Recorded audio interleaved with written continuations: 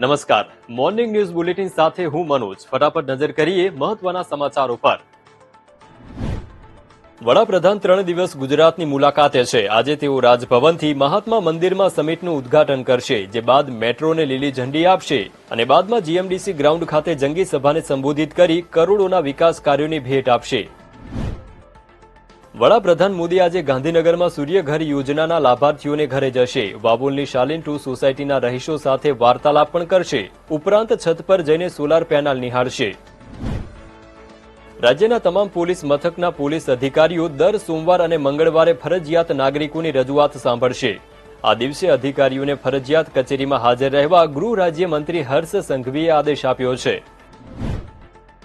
વડોદરામાં ઈદે મિલાદના 41 જુલુસ અને 1700 જેટલી શ્રીજીની વિસર્જન યાત્રાને લઈને 6000થી વધુ પોલીસ જવાનો તૈનાત રહેશે.